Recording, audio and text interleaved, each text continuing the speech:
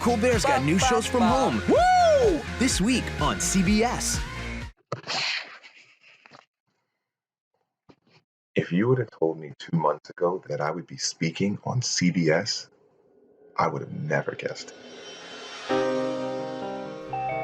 you guys hear me? Yes. Okay. Hello, how are you? Great to meet you, man. Where are you, in New York? Yes, sir. Yes, I am. How did I get here? After the deaths of George Floyd, Breonna Taylor, Ahmaud Arbery, we did a campaign. I've been given 60 seconds. I've been given 60 seconds. 60 seconds to discuss justice. To speak on the American dream. What being 2 times as good really means. Why isn't it equal? I'm not concerned about a ticket, I'm concerned about their life. After that campaign, single nation, equality, and opportunity. That's it. we needed to do more. We rely, as Black people, on the grace of white America. It was important for us to continue the dialogue, Why do you think it's so uncomfortable to talk about race? to learn, Nobody is born hating anyone. to listen, The only way to change it is by changing how young people view it. to have more conversation. There's so many levels to this problem. We hope that during this time we find some common ground. My friends to this day are ashamed that they didn't know about these things. We have to carry it gracefully because we have to show them that everything will be okay. We're drawing a definitive line that this ends now. Some understanding. We are taught at such an early age to love our country, and it's exhausting to try to get America to love us back. This is what it means to be me.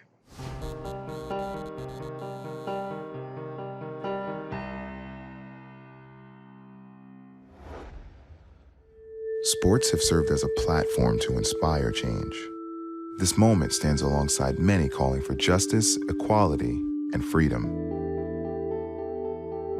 Over the next hour, you'll hear from voices across CBS Sports. Some you know, and others you'll learn about along the way. We will share our stories on a number of topics like opportunity, education, parenting, allyship, and mental health. It's been great to, have some conversations that extend beyond the work. I'm Ellis Williams, and this is my team. Shoshana Salmon, Jelani Rooks, Mark Grant, and Harold Bryant. Guys, I want to get started with this conversation I had with Grant and Lisa. Harold's my boss and an executive producer at CBS Sports. Tenured for 22 years, Harold has provided insight on producing sports programming. Oh man, look at you, look at Sharp. Today, he steps in front of the camera to chat with Grant Hill and Lisa Leslie. Hello. To discuss their experiences on race in America. Let's just have a conversation about what's going on in the world. There are a lot of people who don't want to talk about race because they're afraid. They're the only Black person in the boardroom or in the meeting room or in the director's chair, and they're afraid because it could lead to them losing a job or being looked at a different way. You make a great point. I think you understand that the conversations can quickly go the wrong direction. Yeah. How are you able to articulate how you feel without coming across better the angry Black man? You don't want to come across as being the angry Black man. Exactly. It's a dance, and you're always very mindful and very careful because, like you say, you could lose it all, or you could hurt the next person who's coming through. Hey, Lisa, so many people don't understand that the Black America, the Black experience, it's a completely different experience. I was having this conversation with Grant, and we were saying the system is definitely rigged for us not to see. And a lot of people don't recognize that, Well, you know what? So many levels. The system that's broken. A lot of us didn't even recognize. I'm from Compton, California. I went to inner city, the best I could do, Morningside High School in Inglewood, California.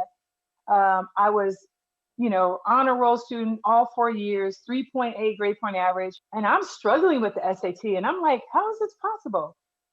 It's because my A is equivalent to the C from the kids from Beverly Hills and all of the bigger schools that have the resources, that have the books, that have the technology. And I think about the kids who don't have the athletic ability who don't get those scholarships. What do they do? Everyone thinks, oh man, you've overcome all of the racism. And I say to them, I haven't overcome it. I still experience. It's just at a different level. Was that a challenge for you as well? Well, I think even in the world of quote unquote Black privilege or Black elite or the 10% or whatever you want to describe it, we feel it and we experience it on a daily basis. And let me tell you what's exhausting is that prior to all of this over the last few weeks, it was just part of our daily lives. Yes. And we just figured out how to deal with it and how to try to, navigate, ascend up the ladder, bring some people along with us. And that may sound privileged in saying that, but I just feel like not just as white America is really taking a look at what's happening in our world, we are really taking a hard look at it more so than we normally would. Years ago, it was obvious. It was, separate schools and separate, neighborhoods, and in the military, black over here, white over. It was straight. But now it's so subtle and behind the scenes. People don't realize how much it's rigged. Harold, I lived it and I made it out, right? I worked hard. I went back to school to get my master's in business. But when my husband and I had my first daughter, Lauren, we moved from Ladera Heights in California to Calabasas, California. Right. And I'm like, wow, what about all these other families who can't afford to pick up and move? What about their education? And so I would go back and speak at the council meetings, and they're like, why are you even here? You don't even have a kid in the school. And I'm like, so what? I don't have to have a kid in the school to use my voice for the kids that are in school. Like, we have to do better. But I didn't understand that there was no way that they could do better because there's no resources, there's no money to help them do better. My father was a World War II vet. I have a flag up there. And he was very proud of that. He trained soldiers. His brother as well drove for Patton's Red Ball Express. When he got back to the US, couldn't get a job. Here's this guy dodging bullets and bombs and wanted to work for the fire department. They said, oh, you're not good enough to drive a fire truck. He drove through combat, bringing supplies to the front lines. And it's just like, oh, man. You talk about that pressure.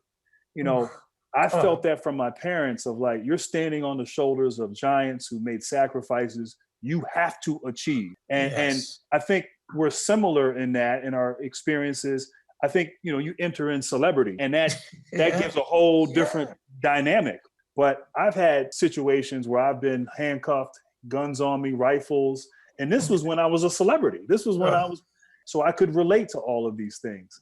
Ahmaud Arbery and Breonna Taylor and Amy Cooper in Central Park. And then of course, George Floyd. Honestly, Harold, I do believe that what is happening right now, the unrest, the civil injustice that's being sort of a spotlight on it. And as white people think about, you have brothers and sisters and your parents feed you, they take care of you, but you notice that they mistreat one of your brothers. You recognize that he's being pretty much abused all your lives. At some point, that son's gonna rise up and he's gonna be very angry with his parents, but he's also gonna look over at his brothers and sisters and go, you sat there and watched me be abused. Yeah. That's where we are in America. We're gonna need our white brothers and sisters to lean in. We've been fighting the good fight as long as we've been on this continent. Yes. And we rely as Black people on the grace of white America. And it's so frustrating at times that that's what it is, but that's the reality.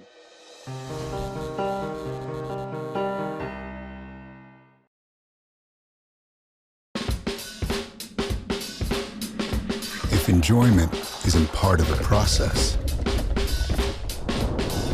don't trust the process.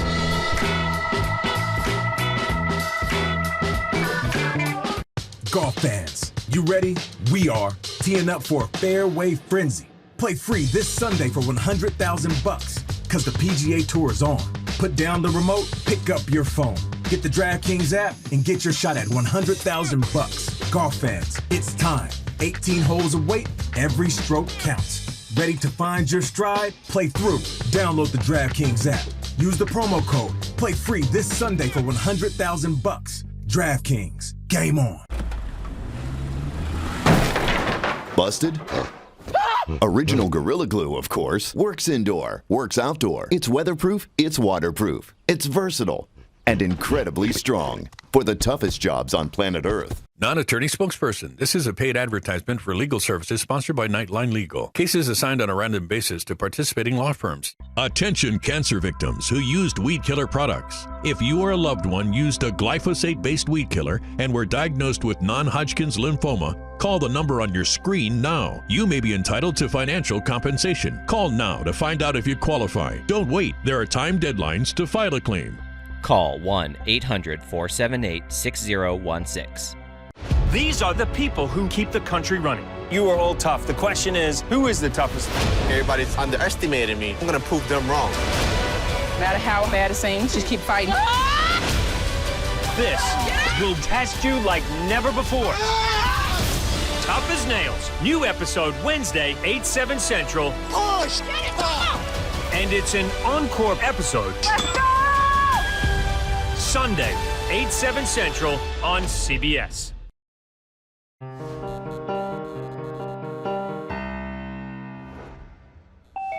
Hey, what's up, everybody? Hey, Jelani. Yo, yo. Meet my buddy Jelani Rooks, A couple familiar faces. a producer at CBS Sports. Hey, is that Dad in the back? His mother, Noliwe Rooks, is a Black Studies professor at Cornell University's Africana Center. You got the wave? Yeah, I got the wave. And you've heard Ian Eagle's live calls and Tracy Wolfson's sideline reporting. They talk about the challenges in education. Together, Tracy, I know we spoke offline, and what really got me, you had a terrific line speaking about, how many times can your kids learn about the Louisiana Purchase? Like, you think 5 times is enough.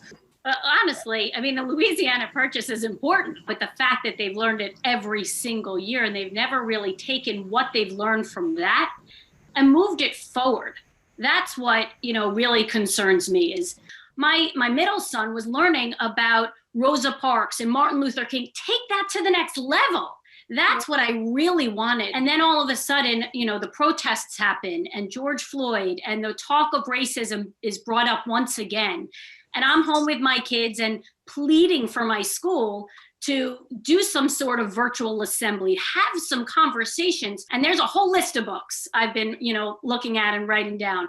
But I need your help, Noliwe. I don't know where to go from here. I got to be honest. Let me tell you, one thing that I'm hearing that you're doing right is you are taking responsibility to have some kind of conversations with your kids around race. I mean, that just does not happen very often. So I'm thrilled to get your kids by the time they're in college, because usually by the time I get kids, they're 18, 20 years old, and it's just not part of their lexicon. I have to say, though, when you were saying they learned about Rosa Parks and Martin Luther King, so to embarrass my son for a hot minute here. Oh. This is going on national TV, Mom. Go ahead. I think he was in the 3rd or 4th grade. Yes, I remember, yeah. And he was young, and he came home and was saying, I don't understand what's happening, because what we learned in school is Martin Luther King freed the slaves and now everything's okay. Because that's what you hear over and over. That's what you read over and over, that racism, racial difference, racial violence is in the past. And so a lot of times school and school books and what we're doing in school don't expose your children to what some of the inequalities that are going on. And I know, sorry to cut you off, Mom. I know you're used to it by now, but I mean, I know your kids are a little bit older than Tracy. So walk me through kind of what your experience has been like, kind of relative to your kids who are out of college now, or one in college and one out of college. Well, I have adults. So the conversations that we're having are adult conversations. They're not just hearing about it. They're actually listening and taking the time to understand. As I processed everything, the analogy that struck me, I'm 51 years old. So when I grew up, smoking was quite pervasive. My mom was a 2-pack-a-day smoker. She died of lung cancer at the age of 43 years old. As my kids were going through the school system, and as they were getting older, they looked at smoking as taboo, and education played a key role in this. This has to be taught, and not one class over the course of your life, every year, because in my mind, you're not born a racist. You're not. You're taught this. Yeah, to your point, I know with me, I learned what the real America was very early. Yeah. after Mamadou Diallo wasn't just police brutality. It was about the Jim Crow South. It was about Tulsa and Black Wall Street. And I didn't really know that other people didn't know these things until I got to college, until I got out of college. And so, I went to Amherst College. I was a Black Studies major. And, my friends to this day hit me up and are ashamed that they didn't know about these things, that they had to come to me. And Mom, I guess speaking more to what's happening like within the schools, like how do we make it so the onus isn't just on parents to kind of combat what's going on in the schools, but to make it more unified and get real change? One of the things that I think that really leads to change is not just this idea of individuals changing. The individual is one thing, but the other side of it is holding institutions accountable from elementary school and middle school when things take place. And I remember the first time someone called Jelani the N-word. And he was attending a prep school. There was a baseball game or something. And something happened, like Jelani scored, or there's something happened. The kid got very upset that he was made to look bad in this moment. Used the N-word. Jelani got very upset at hearing it. When we got to the school, because all the parents were brought in, and it was kind of like, well, there was pushing and name calling, and that's not what we stand for here, and let's talk about it. The other parents said, well, I believe our son must have learned that word from Jelani because we don't talk like that. So we are very upset that Jelani has been allowed to kind of infect the, the pool of students. He's one of only a handful of Black kids. And the school was taking that up as something that should be engaged with. So it's one thing to teach your kids individually, but when you have these institutions, and I talk to a lot of people who don't know this, who that seems normal. And those are the institutional ways that we can start to have more robust conversations, I think, about some topics. And, Tracy, my mom and I have spoken about representation and the importance of that.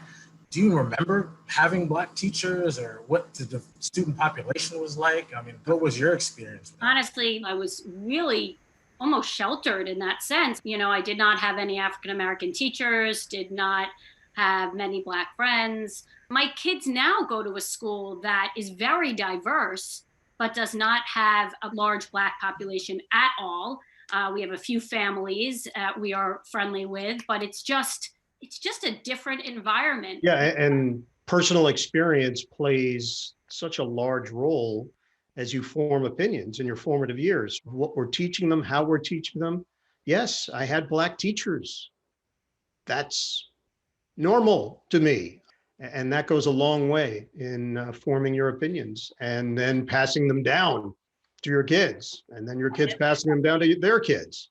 Part of the reason your kids are who they are, with their opinions and with their, view of the world. Those are the things that we can teach and lessons we can give that may not be conscious, but yours was probably a comfort level with the idea of Black people are smart. Black people know things. I can be around. What a concept, Mom. What a concept.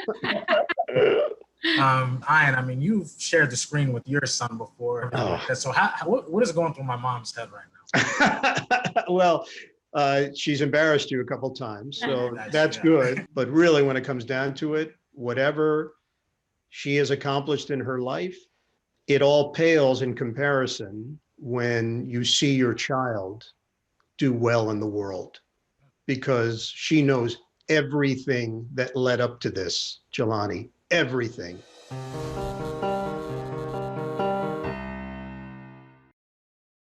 Muscle Milk helps build muscles, but not the muscle that gets you out of bed at 5 a.m. and keeps pushing you day after day. Sure, Muscle Milk helps build muscle, But it takes heart to build strength. Old Trapper Beefs. Tough snacks. Out here, nothing comes easy. That's why you gotta be tough. The truck, it's tough. My crew, definitely tough. But Old Trapper taught me the value of tenderness. Old Trapper, what's your beef? Oh, it's a puppy. Are you ready for this?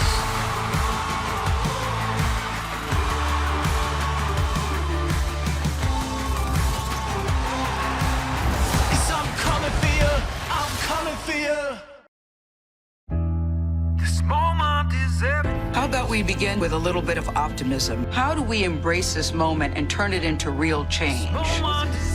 This is your third run for president. Why Joe Biden? Do you think the president has the authority to send in active duty troops? We are waiting to hear from the president. Wearing a mask is a public health issue. Why has it become such a political issue? It is a political issue. The intelligence community was notifying the administration. This is like the fake news stuff. It's not fake news, sir. How much money have you helped raise? 24 million. You've got a nice house here. The house isn't mine, sort of like a rental. You labeled the president a danger to the republic. Specifically, how? How long before you're broke? Now, is the country finally ready to change? Sure hope so. This moment is everything.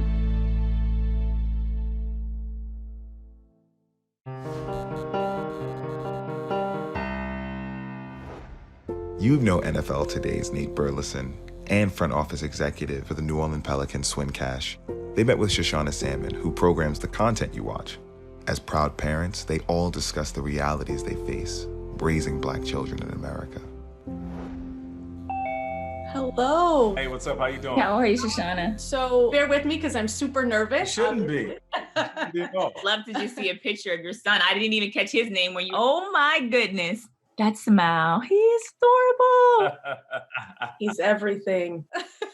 So, Swin, I did notice that you have given a lot of interviews where you say that you are a Black woman with a Black husband and a Black son, and you have quite an emphasis on the word. Like, I feel like you're emphasizing it to show beauty. So I know that Saint's young, but what are your plans on conveying beauty to him? You know, the biggest thing for me is for him to be proud of who he is, understanding that society may make him feel that he is less than or not the, you know, the strong king that he is going to be. And so I think it's up to us as parents, especially up to us as mothers, at a very young age to sow those seeds and to continue to water them. Right. You know, I find raising African-American children to be one of the most empowering things in the world. You know, I like hearing stories about who they are, like what their character is. Like I'll go pick up my daughter from a camp and a mother will walk over to me and she'll sincerely say, your daughter meant the world to my son. Oh no, seriously. My son was struggling to find kids to be friends with. And your daughter went out of her way to walk over to him and make everything that he was doing in the camp relatable to him. I love those moments more than I love going to watch my boys score a touchdown. It makes you feel like you're doing it right. It really does. The right thing. Yeah. I look forward to those proud moments. They absorb everything. Yeah, I hear you on that. I know what that's like 100%. Are there any particular fears you have? One of the ones for me is having him leave with his dad. Are they going to come back together? Should I always let them, go out in two separate cars? These are the things that I'm thinking about very early that's kind of clouding the joys that as a Black mother we should have. Have you ever had those fears of letting them both walk out the door and say, I'll see you when you get back? Always. When Steve, goes out and wants to go for a jog with a mask on and a hoodie, he can't do that. Does it make me angry? Yes. But do we have to have those conversations with not only our husbands, but with our son? Yes, because we have to protect him. My mom used to say all the time, I don't care what happens. You just get home. We fight after the fact. You just get home. Right. I remember driving with my sons and an officer was right next to me. I just knew that he was looking at me. I said, he's going to get behind me. He's going to follow us for a few blocks. Yep. And after a few blocks, he pulls off. My son was like, why did he do that? Seems like that conversation happens pretty often in your home. It does. They're at that age. Like my boys are 16 and 14. So I'm like, I raised some tall, strong, young men. But on the flip side of that coin, scares you. It scares the hell out of me because when they leave this house, they could just be looked at as some Black dudes walking down the street that fit the description. The description is just Black, by the way. It's always just Black. No doubt. Yeah, well, that comes to the next part of, do you want more children?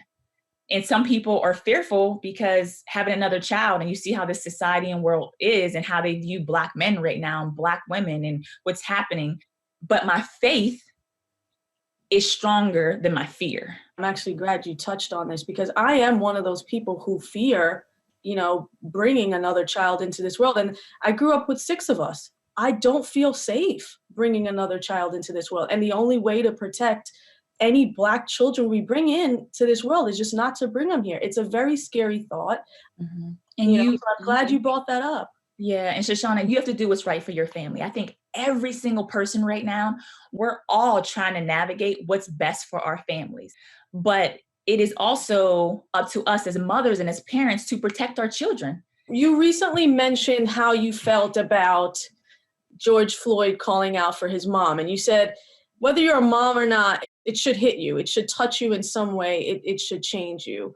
How did you feel when you heard that? I felt hopeless. I don't care what race you are. There's no way you could watch that video and find any of it justifiable. There should be some level of common ground, common thread that we should always be able to talk to each other on.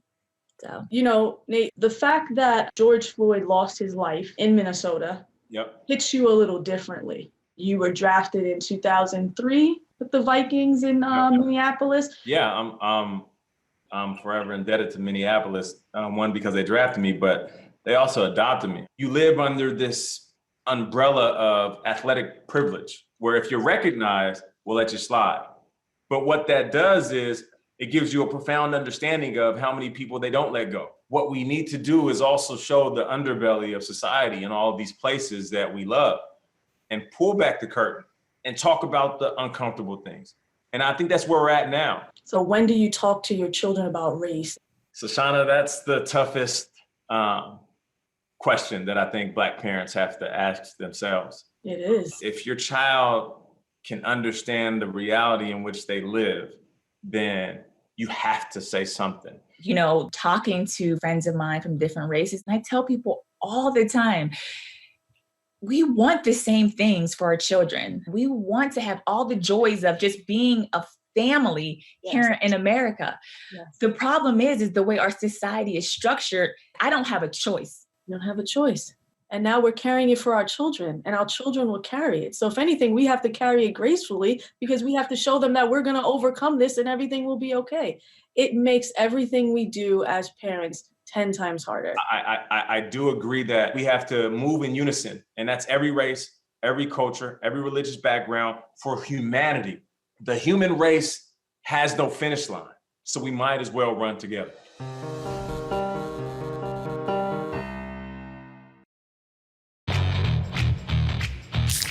Crack open summer with the taste of freedom. Budweiser's red, white, and blue camo cans. Available for a limited time only. In stores now.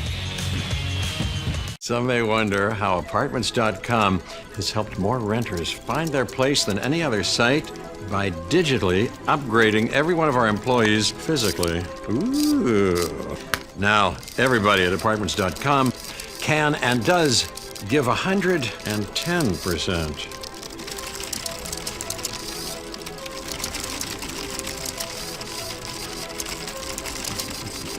Apartments.com, the most popular place to find a place.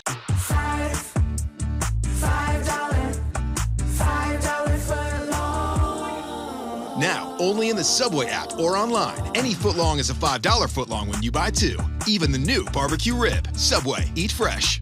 Getting back to business relies on giving customers the confidence to walk back through your doors. It's no wonder so many are putting their trust in ServPro, #1 choice for cleanup and restoration. With ServPro, our expert cleaning helps reduce the spread of viral pathogens. This goes way beyond janitorial cleaning, adhering to CDC standards and using proprietary EPA-approved disinfectants. Put the certified ServPro Clean Shield in your window and tell customers you're committed to a higher standard of clean. For a free quote, visit servpro.com.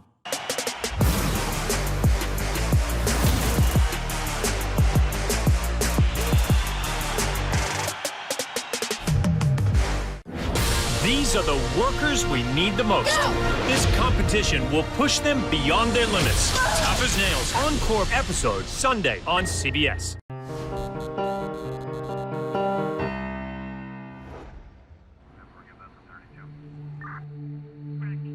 In order for you to heal certain relationships, you have to remove the nature of the conflict. If I'm trying to get the police to look at me like a human being as opposed to a suspect, I would have to figure out a way to get to know this person without putting him or myself in danger. Developing in Baltimore tonight over the death of Freddie Gray, a suspect who ran from police and later died of a spine injury suffered while he was in custody. The city of Baltimore is no stranger to the struggle between community and the police charged with serving them. This looks like something the Little Mermaid would find. Thank you. When the Freddie Gray thing happened, people became more conscious of some of the socio-economical issues that lead to the disengagement between police and citizens. I can't complain, man. Let's try to make a difference, man. One of my little... Because of the uprising, police, especially in that area, stopped policing. And the guys even said that. They're not coming anymore. I'm not saying it's right, but I understood it. That never gets easy. You're coming to serve the community, and when you get out of your car, all you see is bottles and dirty diapers being thrown at you. So I understood the cops, but I understood the community. The death of Freddie Gray was the tipping point of a long, troubled history between the citizens of Penn North and the Baltimore Police Department. In an effort to construct a more meaningful relationship, the community came together to find a way forward. The guys like, yo, man, we gotta figure out something to do so they don't feel so nervous about who we are. Because, you know, we do what we do, we out here, but who don't need police? That's a direct quote, you know what I mean?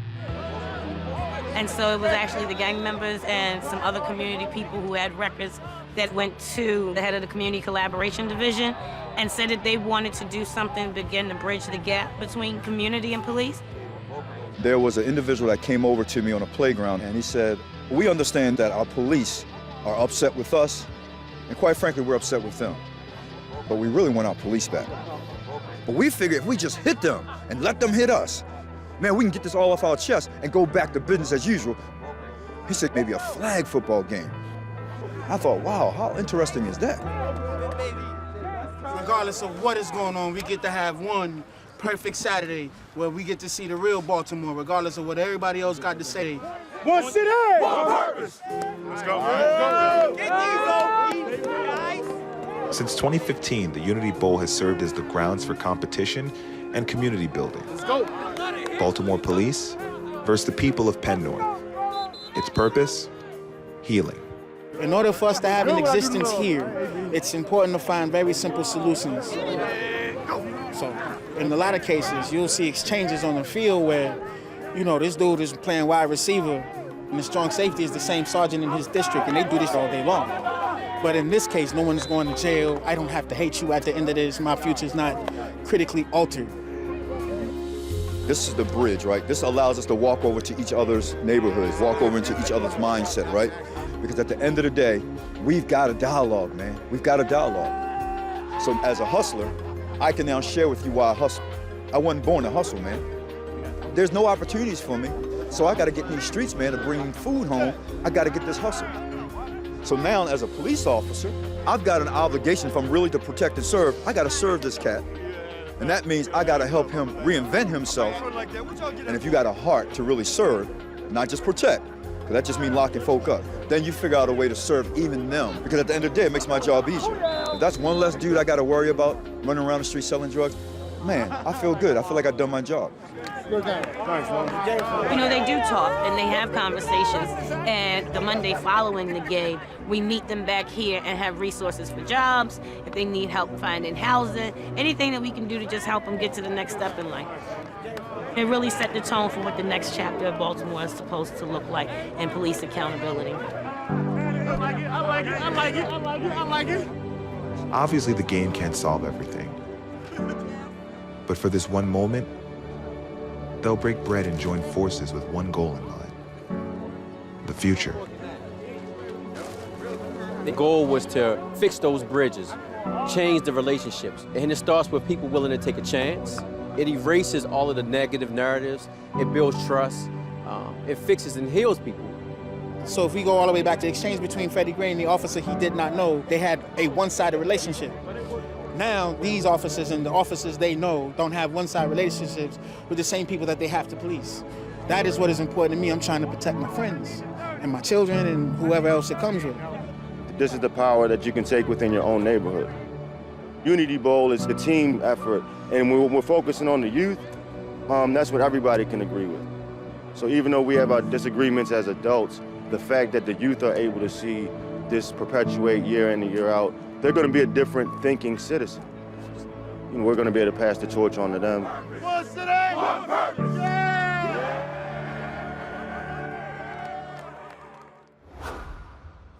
You met these folks in the feature, Catalina Bird, a community advocate, Farmer Nell, a leader in the community, and Jannard Shadow Barr, the outreach coordinator at Penn North Recovery Center. It was a really strong feature and a really powerful story on Baltimore and the Unity Bowl. You know, shout out to Charlie Bloom, who was the producer in the field who captured that story. And I wanted to coordinate this panel because I felt it was so important not to substitute Black bodies, right? Like the untimely death of Freddie Gray and George Floyd are two separate incidences that are a part of the same problem, right?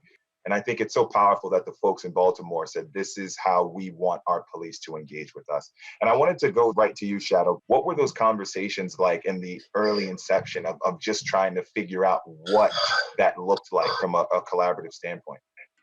It's a very hard question to answer, to be honest with you. But the general attitude was, we got to do something about this. But if we're going to sit down and try to make actual lasting, sustaining change, it starts with something. And the smallest common denominator here is a need to expend energy and a need to create space for dialogue. And the only way we could come up with doing it was through sports, and football was the option. Mel, I want to toss to you as well. What has it been like to have to do the work every day? For me, it was very challenging. It was also very traumatic on top of trauma. But I've been someone for years that the community has trusted. So going back to the neighborhood, after you've been talking to the police, it takes a certain amount of grace and I would say some moxie, to say the least, because now I have to have uncomfortable conversations on both sides. And so I didn't want to become a politician at all in that situation. I wanted action, changing the narrative and then going straight into controlling the narrative. I love that. And we understand that this isn't going to solve everything, right? Like, can you speak a little bit about some of the tangible results, whether that be, the Monday for resources or the continued dialogue that happens following? I mean, the tangible result, obviously, is it allowed us to continue dialogue. Some people, some of the youth ended up trying to become BPD, and they're still working on that, changing what an officer looks like, wanting to come to it and be of good in service to your community. I think there's a lot of tangibles that came out of it. The biggest one that I see is Baltimore's resiliency, right? 3 police commissioners, 3 mayors, and us 3 are still here, and the community is still moving forward. It's just proof of our resilience and testament to the spirit of Baltimore. Police can't rebuild trust in the community without being a part of it. And the community can't take part in police reform without taking some sort of ownership of what that police departments or various police departments are. And to see people over time slowly come to this realization that it's not so much about the event, it's more about the mind frame that goes into all of this. Because if we change the way we think, we change the things we do. If we change the things we do, we change the way people see us. Excellent. This has been really eye-opening for me to have such a rich conversation on what it means to be a stakeholder in your community and what it means to be an instrument of change through continued action and participation. So I want to thank you, Kat, Farmer, Shadow, for joining us. What's the record for the Unity Bowl? The way we carry it is you're only as good as your last. So we won last year. So that's all that matters. The record is on the side of the trophy, which is in my living room right now. And I put it in the window. So I tell Officer Shorter and Russell, anytime that they want to see it, they come drive by and, wave at it. Right. Right.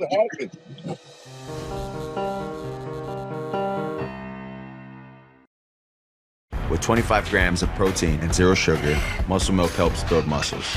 but not the muscle that keeps pushing you day after day. Sure, Muscle Milk helps build muscle, but it takes heart to build strength. Most summer events include a bright, summery sales pitch. So here's ours.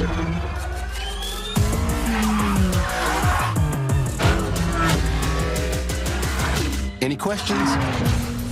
The Acura Summer of Performance event. Our dealers are ready, and with online options available, you can shop our best offers any way you choose. Don't miss it. This summer, visit your Acura dealer today for attractive offers on the Acura RDX. Don't miss this event going on now. Golf fans, you ready? We are teeing up for a fairway frenzy. Play free this Sunday for $100,000 because the PGA Tour is on. Put down the remote, pick up your phone. Get the DraftKings app and get your shot at $100,000. Golf fans, it's time. 18 holes await, every stroke counts. Ready to find your stride? Play through. Download the DraftKings app. Use the promo code. Play free this Sunday for $100,000. DraftKings, game on. Let's set the record straight about Course Record with Michael Breed. It's time for you to learn a little bit. He chats with big names on and off the green and gives tips and tricks to up your game. It's an all-in-one, hole-in-one show about everything golf. It's really fun to watch it. Mondays on CBS Sports Network. George Floyd's death has inspired a movement. We are witnessing it right now. I think there's a level of bias in every individual. Is bias training enough? It's a start.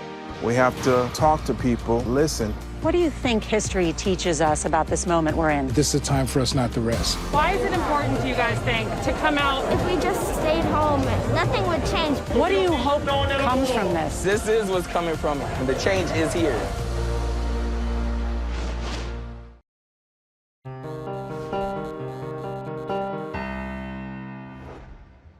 With 30 years of directing experience, Mark Grant is a veteran of sports TV. Presently, he's the only black director at CBS Sports. He met with Amy Trask, former CEO of the then Oakland Raiders, and Amanda Balionis, correspondent for golf on CBS. Both women talked about being an ally. Good morning. Can you hear me now? Hey there. How are ya? Go to your right and go I up. gotcha. You got it? You see the camera? I got it. Thank you. All right, so It's almost like you're a director or something. imagine that, right? All right, we're good to go, Amanda. Okay. So Amanda, when I think about the PGA, you're one of the first people that comes to my mind. So you start with the call to the Raiders to be an unpaid intern, and you become the CEO. How does that happen?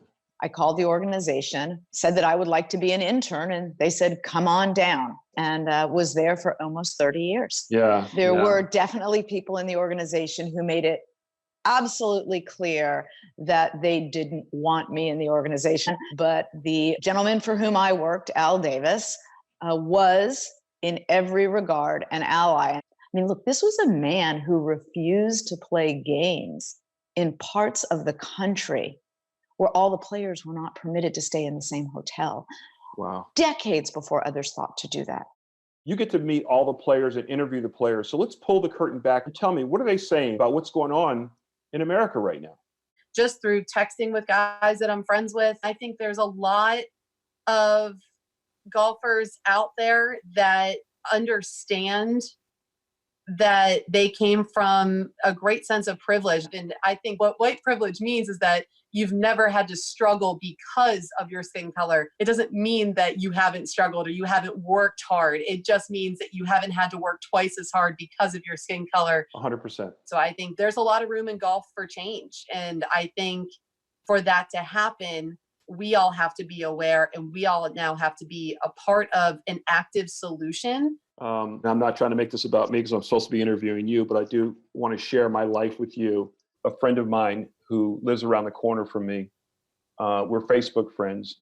We see the politics differently. She sent me a message on Facebook that really, really upset me.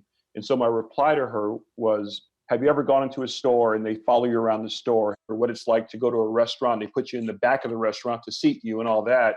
And she was so moved by it. She sent me a reply back and said, Mark, hearing your story has really, really changed me.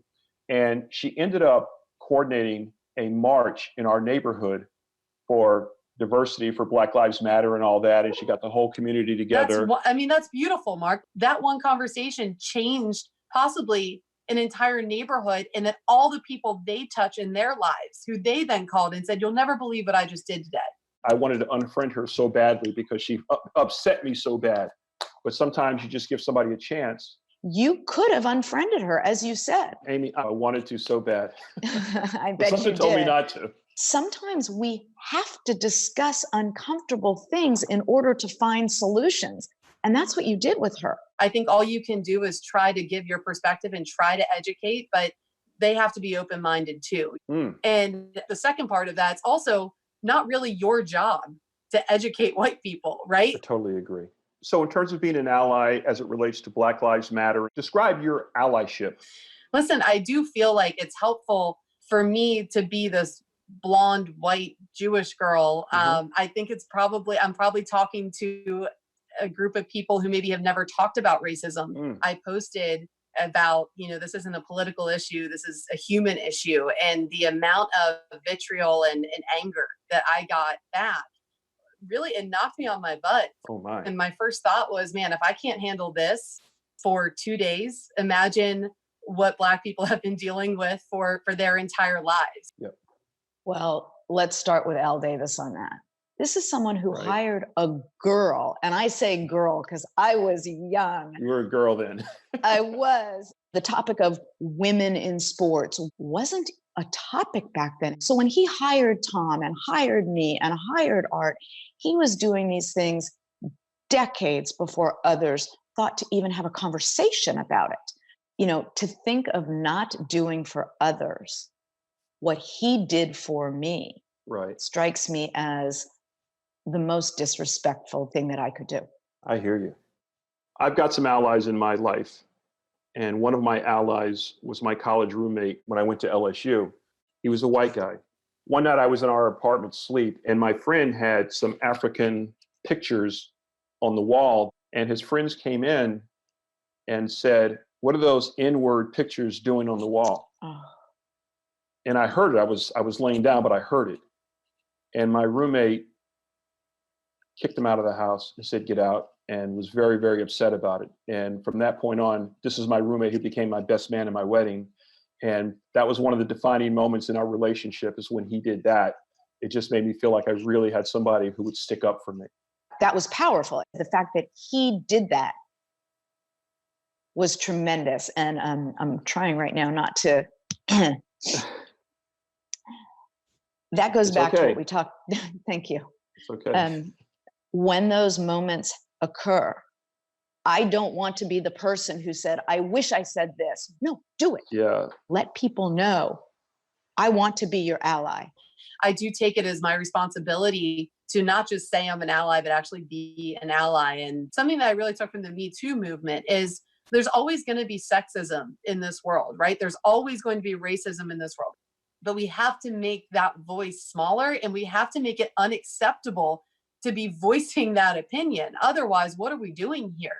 When you know better, you do better, right? It's one of my favorite quotes from Maya Angelou, and it could not apply any more than I think to this time in our lives.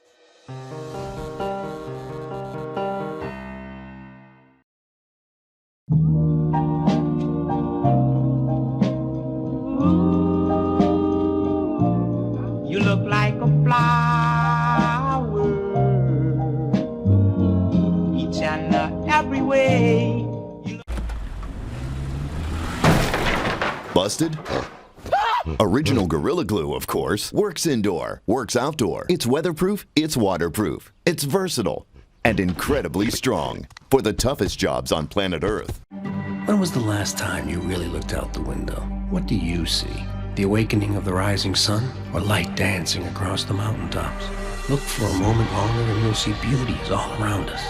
Like a painting, moving in the wind, speaking to the soul. The world flashing past, still yet to explore. Look out the window. The summer of Jeep is here. With employee pricing, get $5,103 below MSRP on the purchase of a 2020 Jeep Gladiator Overland.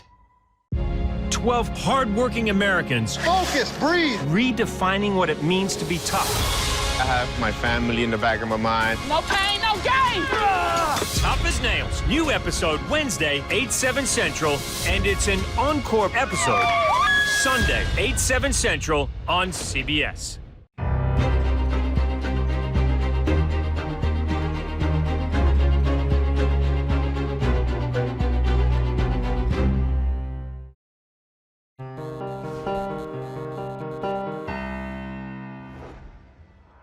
You've heard from my team members, and I too wanted to share my experiences with racism.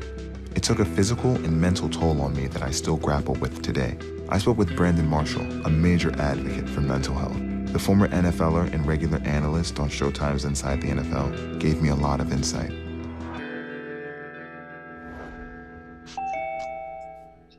Yo. How's your morning going? Awesome. Are y'all editing this? I appreciate this space, man, and this opportunity. You know, I'm from Staten Island, all right? And we're kind of bound together in that police brutality has impacted our communities, right? Your community where Trayvon Martin is a place that you grew up. And Eric Garner, his death site is literally a place that I go every day to catch the ferry to go to work. Like, I walk down the block and I see it. Wow. Right? Wow. What's that been like for you, Brandon, to see the lineage and the history of your area kind of being spun forward and being a part of that conversation of systemic racism? In our communities, we are trained and raised to survive, not thrive. So for us, seeing a Black man on the ground with a police officer's knee in his neck, that's normal to us. Now we just have the camera, we have smartphones to capture it. So for me, for the very first time, I'm starting to feel like I know it's wrong. I've always known it was wrong. Now we can do something about it. Now I'm starting to use my platform to actually talk about my experiences.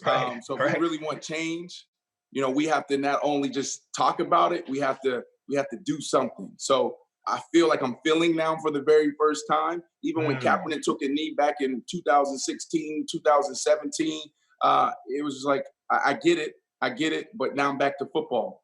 I think a lot of people are having those experiences now in the last few months, Ellis, and even the last year. Right. I want to share a story with you. My first job when I came back to New York City, getting out of the bed, going to work, I would get these really bad headaches. My manager had referred to me at dinner as an affirmative action hire, right? So that's someone I directly reported to who is not even advocating for the advancements of my career. And it was always this tug and pull of trying to figure out, how am I navigating this space and fighting against these stereotypes and expectations? You know, in your experience, 70% Black workforce with the NFL, just what was it like in your experience heading into a day at the office? Did you feel that same energy? Yeah, you know what? It was the same energy because it was the people in power. You know, your direct report, your directors, position coaches is all the same. We have to please them. And they're the ones that can control whether you get that position or not, whether you get that play drawn up for you or not. We're always thinking about, what are they thinking? How do they view me? Right. So I struggled big time with that. I got an interesting story, Ellis. I was at McLean Hospital for 3 months. I was diagnosed with borderline personality disorder. And the best way to describe that is it's an emotional disorder. Like in that situation, I'm sure you were livid when you heard how they viewed you. See, I would have been really hot then as well, but I didn't have the skills to be able to get myself back down to baseline. But what they didn't prepare me for, how do I now, with the tag of, this guy has a mental health diagnosis, go back into civilization and feel normal, feel like there's not a target on my back. It really got to me like how I even dressed. Right. Getting ready for this game, I'm in my closet and I'm literally taking like an hour and a half, Ellis, to get dressed. I want the world to see that I am normal. I want the world to see that I am a professional. Then my wife came into the room and she's like, Brandon, be yourself. And I literally just start crying. I'm like, whew. It was so freeing. I was like, man, that's the best thing I could have heard. And I went to the game and had the best game of my life. Right. How much better could I have been if I didn't have to worry about how I dress, how I talk, my dreads? If I didn't have to worry about those things, how much more could they have gotten out of me? That's the question. Going back to what you were saying about, outfits and style, that same work environment, I gained 100 pounds. Like, it was the toughest work environment for me mentally. And the only way that I knew how to deal with it at the time was to stuff my face. You gained 100 pounds? 100%, yes. This is how I looked when I started at CBS. Oh, man. Jeez. Bro, I almost got tears in my eyes thinking about this and looking at this picture. Yeah, I mean, so that was your coping mechanism. Right. That's right. how you That's how I learned to self-regulated. survive. Wow. It was me trying to cope and mask and hide all of these different elements that were really eating me up inside, literally and figuratively. When did you have that shift where you're like, you know what? I need to get myself right, focus on my health. Do you feel like you are yourself in the workplace now? That's a great question. I feel like I'm getting closer to that with the more conversations and the more folks ask for my participation and input, because a lot of this is about having the visibility and the platform to be able to speak about Blackness, police brutality, systemic racism, and pitch and create content that can elevate those conversations and add nuance to our discussion. In regards to the whole weight loss thing, it was literally that badge that like started me on the path. You know, I love that CBS has given us this opportunity to really have these conversations because, you know, we're trying to really provoke change. We want to see change. And through that, we have to be able to talk about all experiences. Really appreciate you taking the time out to chat with me, Brandon. This has been a real delight and a real pleasure. Thank you for sharing your story too. Of course. Take care. All right, Ellis. Later on. Peace, Brandon. You know, this has been tremendous, you know, us being in front of the camera talking to America. Ellis, you lost 100 pounds? That's amazing. Being Black in America poses more questions than answers right You feel now. like sharing your workout plan? But this is where it starts. Yeah. Stories of our reality. You're gonna be on TV. From those in the bright lights to us behind the scenes. Racism affects us all. I guess the next part that we've all been trying to, you know, figure out is, you know, where do we go from here? It's a great question. Where do we go from here? I ask myself that all the time. Where does this all fit together and where do we go? I'm hoping it just moves us forward in the future to be better. We all now have to be a part of an active solution. It's time for us to go to the ballot box. We've got to change the way that people view this. So where do we go from here, Nate? The shift doesn't happen unless we continue to push and push and push for what's right. We were given an hour to talk about a lot. This is the most important thing I've ever been a part of at CBS, and I've been a part of Super Bowls. And you know what? It still wasn't enough. We have to keep the lines of communication open. We just cannot let up. But this is what it means to be me. So where do we go from here? That part is something we have to figure out together. It's Team Gronk versus Team Venus. Game on, new episodes Wednesday on CBS.